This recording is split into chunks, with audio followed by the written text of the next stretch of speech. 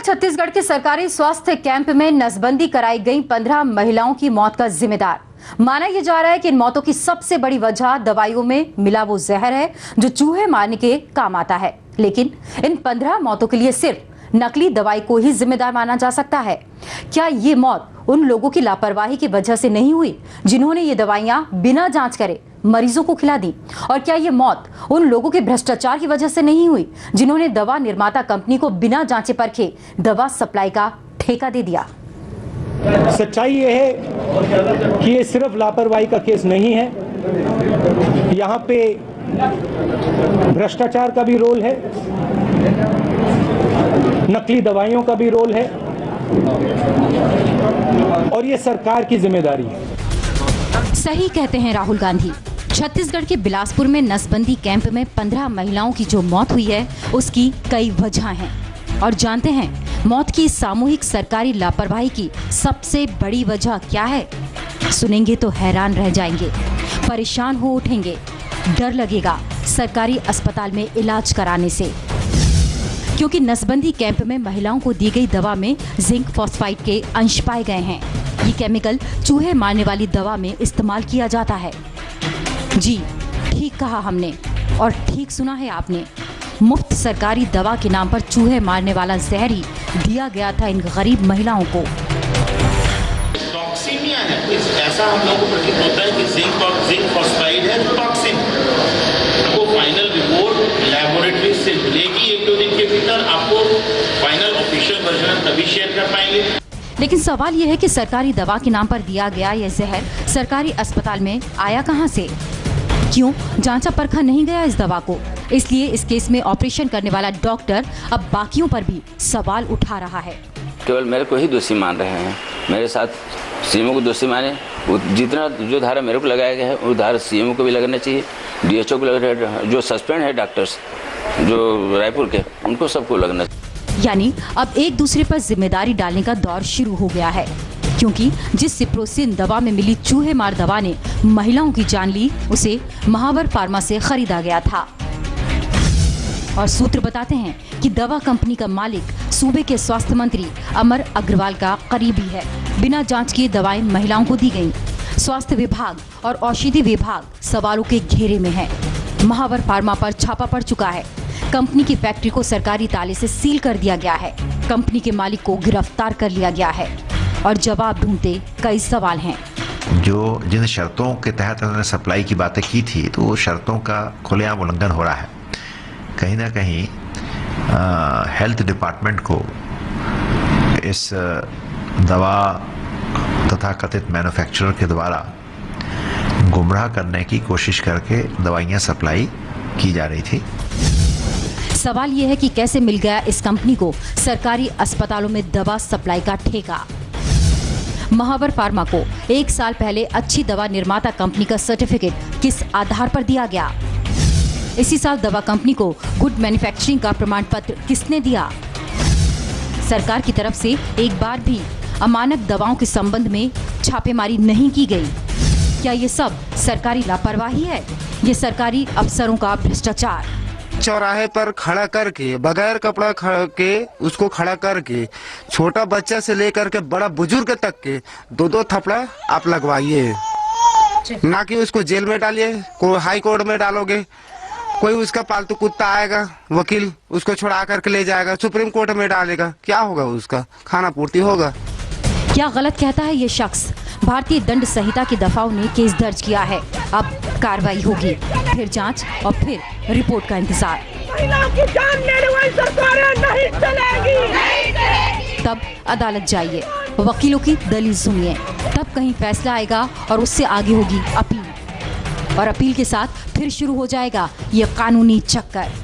बिलासपुर से लेकर रायपुर और फिर रायपुर से लेकर दिल्ली की सबसे बड़ी अदालत तक चप्पलें घिस जाएंगी पीड़ितों को दौड़ते दौड़ते, इस उम्मीद के साथ कि इंसाफ अब होगा, इंसाफ तब होगा और तब तक सब भूल जाएंगे इन 15 मौतों को। क्योंकि मरने वाले गरीब हैं और आज के दौर में गरीब होना ही सबसे बड़ा गुनाह है। Bureau report, news express. तो बहुत ही शर्मसार कर देने वाली ये खबर। खास मेहमान इस वक्त हमारे साथ जुड़ गए हैं। अनिला सिंह हैं, बीजेपी की प्रवक्ता हैं। हमारे साथ brigadier retired doctor R.K. Sharma ji हैं। अभय दुबे प्रवक्ता हैं कांग्रेस के। सबसे पहले अनिला जी, मैं आपसे ही रिएक्शन लूंगी। 5 घंटे के भीतर 83 ऑपरेशन कर दिए गए हैं। ये किस तरह का सरकारी आंकड़ा पूरा किया जा रहा था? देखिए, ये जो भी कुछ हुआ है ये बहुत ही दर्दनाक घटना है और इसको हम कोई भी शब्द ले लें या शब्दों का हेरफेर कर लें, हम नकार नहीं सकते। इंसानियत के ऊपर एक तरीके से ये धब्बा हुआ है। आज का युग जो साइंस एंड टेक्नोलॉजी का है उस पे भी एक ये धब्बा है और सबको अच्छी तरीके से पता भी है कि कड़े से कड़े कदम उठाए जा रहे हैं इस सिलसिले में और मैं इससे ज्यादा क्या कह सकती हूँ। अनिला जी, धब्बा तो लगा है, उसके दाग तो धुल ही नहीं सकते हैं, लेकिन सवाल बड़ा ये उठ जाता है उस पर सूबे के मुख्यमंत्री खुद रमन सिंह ये कहते हैं कोई स्वास्थ्य मंत्री ने ऑपरेशन नहीं किया है, वो जिम्मेदारी क्यों ले? देखिए, ये तो विपक्षी दलों को कुछ ना कुछ कहना जरूर होता है। रमन सिंह ने कहा है, नहीं, बीजेपी के नेता। कह रही हूँ, अगर रमन सिंह मैं मेरे को बात पूरी कर लेने दीजिए। देखिए, जो रमन सिंह साहब कह रहे हैं वो अपनी जगह बिल्कुल ठीक कह रहे हैं। गलती जो है कोई स्वास्थ्य मंत्री से तो हुई नहीं है। तो फिर तो सरकार की भी जरूरत नहीं है देश में, फिर तो सरकार की भी जरूरत नहीं है, सब अपने काम होते रहेंगे। तो जरूरत है, आप ये कैसे आप सोच सकते हो? अनिला जी, आप कैसी बात कर रही हैं? स्वास्थ्य मंत्री की जिम्मेदारी है, सरकारी आंकड़ा उन्हीं को बताया जाना था। बात सुनिए, आपने आज की भी रिपोर्ट्स पढ़ी होंगी जी, उसी के आधार पर कंटामिनेटेड थी वो दवाइयाँ, उस पे भी जांच हो रही है कि असली कारण क्या है। माफ कीजिए अनिला जी, आपकी बात मेरे समझ में नहीं आ रही है। अभय जी, ये किस तरह की दलील हुई कि स्वास्थ्य मंत्री की ये जिम्मेदारी नहीं बनती है? सरकारी आंकड़ा पूरा करके तो उन्हीं को देना था। ये डॉक्टर ने जो किया है, डॉक्टर की गलती है, वो अपनी जगह है, लेकिन स्वास्थ्य मंत्री को ये आंकड़ा पूरा करके देना था। वो खुद ये बोल रहे हैं, डॉक्टर गुप्ता।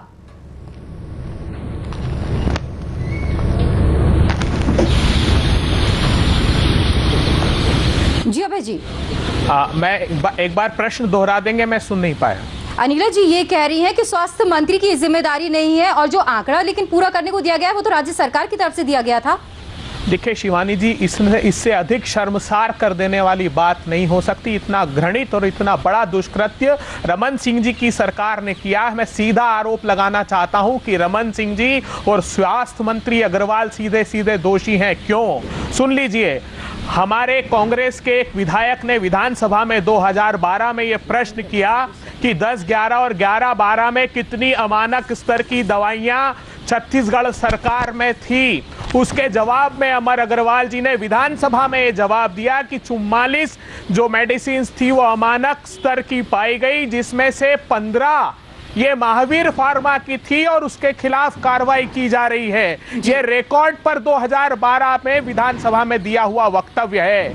तो फिर किस नेक्सस के तहत, किस षड्यंत्र के तहत वो जो अमानक स्तर की जेनरिक मेडिसिन सप्लाई करने वाला गिरोह था, किन आर्थिक निजी स्वार्थों को सिद्ध करने के लिए इतने लोगों की जान लेकर अपनी तिजोरी भरने का मानस बना चुकी रमन सरकार, किस प्रकार उसको क्लीन चिट दी जा सकती है? शिवानी जी 1 मिनट, ये पहला अवसर नहीं है छत्तीसगढ़ में। जी, मैं बताना चाहता सवाल पर मोतियाबिंद का ऑपरेशन हुआ था, कितनों ने अपनी आंखें गंवा दी थी। डॉक्टर शर्मा जी, डॉक्टर की एक पहली जिम्मेदारी होती है और जो ओथ ली जाती है उसमें यही कहा जाता है मरीजों का बेहतर इलाज किया जाएगा और ये सब पैसे से, इन चीजों से देखा नहीं जाता है, या आपको सरकारी आंकड़ा पूरा करना, आप पे कोई दबाव हो। आपकी जिम्मेदारी उस वक्त कहाँ गई थी? अब गुप्ता साहब ये कह रहे हैं कि नहीं, मेरे ऊपर तो दबाव था। पहले मैं ये बताना चाहूँगा कि एक शर्मनाक घटना हुई है हमारे देश में और जिसके लिए जो सारी मेडिकल फ्रेटर्निटी है उसको इसके ऊपर दुख है। और दूसरा जो है, ये जो गवर्नमेंट की तरफ से अगर प्रेशर होता है कि ये इतने कोटा पूरा करना है, तो आई थिंक ये ज़्यादा ज़रूरी नहीं है। बिकॉज एज ए डॉक्टर हमारी अपनी रिस्पॉन्सिबिलिटी है, हम किसी के दबाव में रह के कोई काम नहीं करना चाहिए। हमें मरीज का इंटरेस्ट देखते हुए सारे काम करने चाहिए। तो और वैसे भी कि गवर्नमेंट की, सेंट्रल गवर्नमेंट की तरफ से कोई ऐसा प्रेशर नहीं होता है। लोकल गवर्नमेंट्स और लोकल जो मेडिकल अथॉरिटीज़ कोई अपना कोटा बना लें तो वो बात दूसरी है जी। पर आज के ज़माने में कोई भी जो है कोटा निश्चित नहीं किया जाता कि आपको इतने दिन में इतने जो है केस करने हैं जी। और ये कोई कंपटीशन नहीं है कि हमारे को 5 मिनट में, 2 मिनट में, 3 मिनट में एक केस करना है।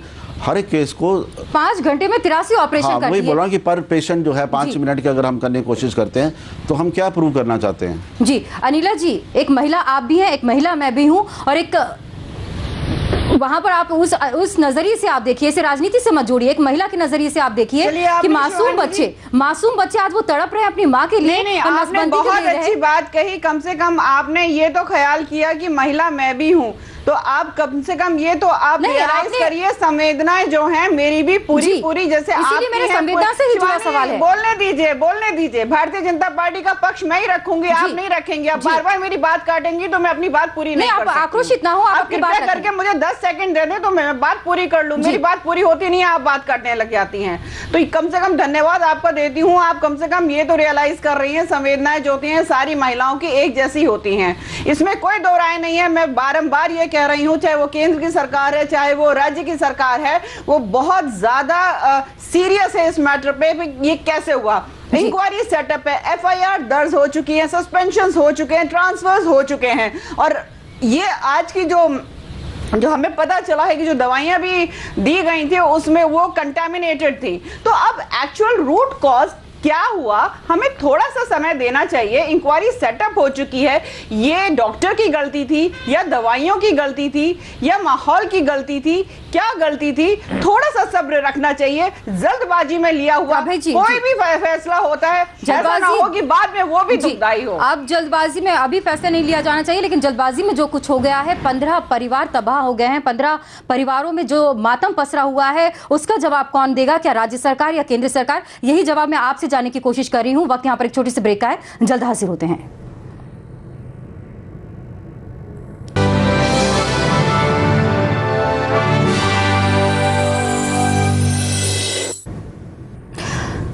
छत्तीसगढ़ के बिलासपुर में नसबंदी कैंप का आयोजन किया गया। टारगेट दिया गया 5 घंटे के भीतर 83 ऑपरेशन कर दिए गए। डॉक्टर गुप्ता ये कह रहे हैं कि उन पर दबाव था कि ऑपरेशन जल्द से जल्द पूरा किया जाए, क्योंकि सरकारी आंकड़ा पूरा करना था।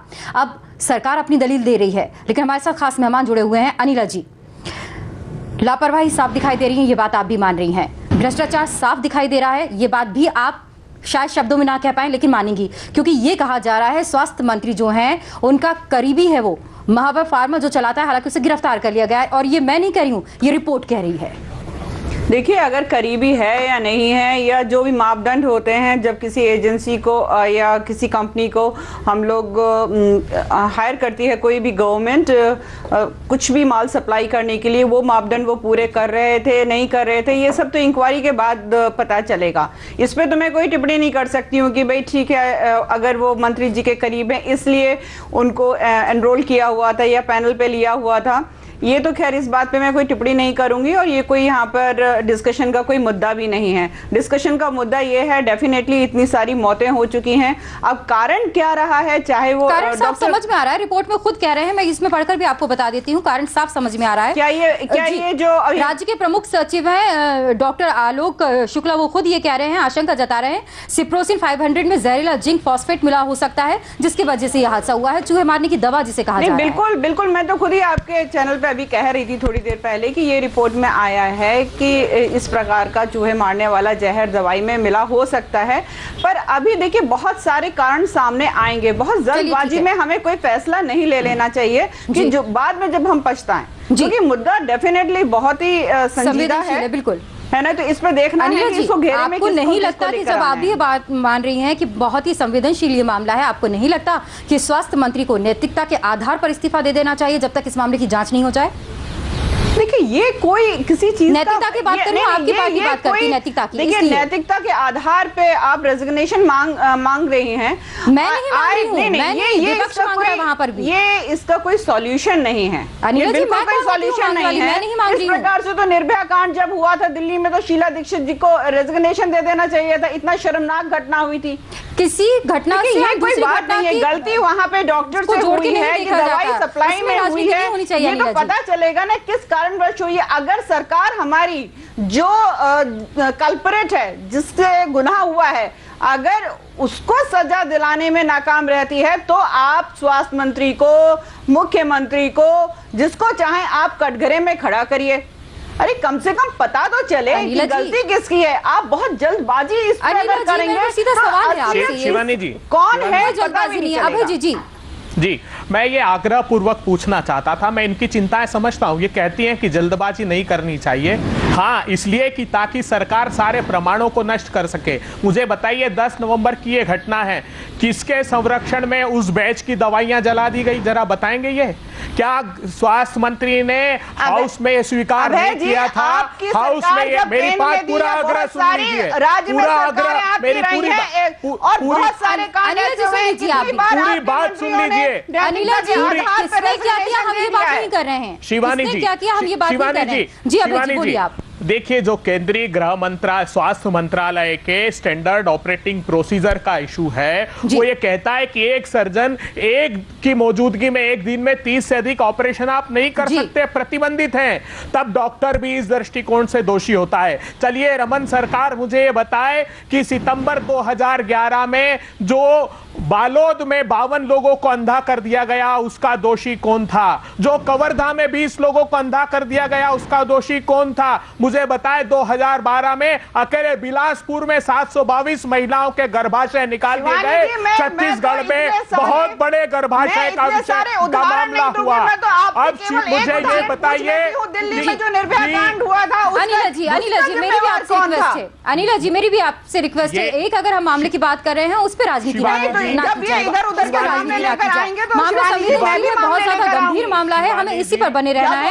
और आप और जी मेरा सवाल इसलिए आपसे बार-बार मैं आपसे इसीलिए पूछ रही हूँ क्योंकि आप खुद सोचिए इतना बड़ा हादसा वहां पर हुआ है और सूबे के मुख्यमंत्री ये कह देते हैं कि स्वास्थ्य मंत्री ने थोड़ी ऑपरेशन किए। ये किस तरह का बयान है? ये किस तरह का गैर जिम्मेदाराना बयान है? सबसे बड़ी बात आप ये नहीं देख रही हैं कि कितनी सख्त कार्रवाई ऑलरेडी शुरू हो चुकी है। कार्रवाई है, न्यायिक जांच के आदेश दे दिए गए। क्या सख्त कार्रवाई अनिला जी? न्यायिक जांच क्या कह रहे हैं अनिला जी? आप बारंबार लेकर आ रही हैं अनिला जी। क्या कहिए अगर नैतिकता के आधार पर स्वास्थ्य मंत्री अगर रेजिग्नेशन दे देते हैं और उसके बाद इंक्वायरी ना हो, अनिला जी खुश रहेंगी या अनिला जी उसको हम नहीं अनिला जी मैं ये पूछ रही हूँ आपसे कि क्या सख्त कार्रवाई की जा रही है? न्यायिक जांच के आदेश दे दिए गए हैं, 3 महीने में जांच रिपोर्ट आ जाएगी। आपसे कहने का अनुसार कोई जांच नहीं करनी चाहिए और केवल रिजाइन कर देना चाहिए। शिवानी जी आप ये कहना चाह रही हैं? नहीं अनिला जी आप जो ये कह रही हैं कि जांच के आदेश होना चाहिए कि जांच होनी चाहिए, तो यही तो आपको करवानी पड़ेगी शिवानी जी। लोकतांत्रिक यहाँ पे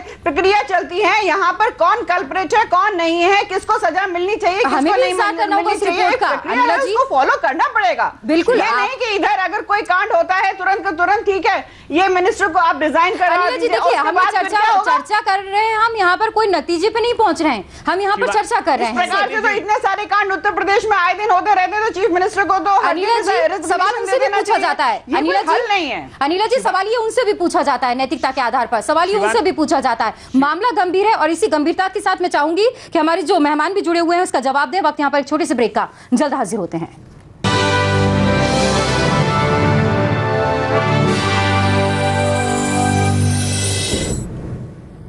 अभय दुबे जी राहुल गांधी भी बिलासपुर पहुंचे हुए थे और जो वहां पर अभी भी पीड़ित महिलाएं हैं उनसे उन्होंने मुलाकात की है और उनका साफ ये कहना है राहुल गांधी का कि ये लापरवाही का मामला है, ये भ्रष्टाचार से जुड़ा मामला है। जी बिल्कुल, देखिए मैं ये कहना चाहता हूँ आग्रहपूर्वक कि अगर छत्तीसगढ़ के मुख्यमंत्री जी ने ये कहा कि डॉक्टर स्वास्थ्य मंत्री कैसे दोषी हो सकते हैं, वो ऑपरेशन नहीं कर सकते, तो मुख्यमंत्री जी अब तो ये विषय रहा नहीं, अब तो ये बात स्पष्ट रूप से रेखांकित हो गई है कि ये सब स्टैंडर्ड मेडिसिन के सप्लाई का मामला था।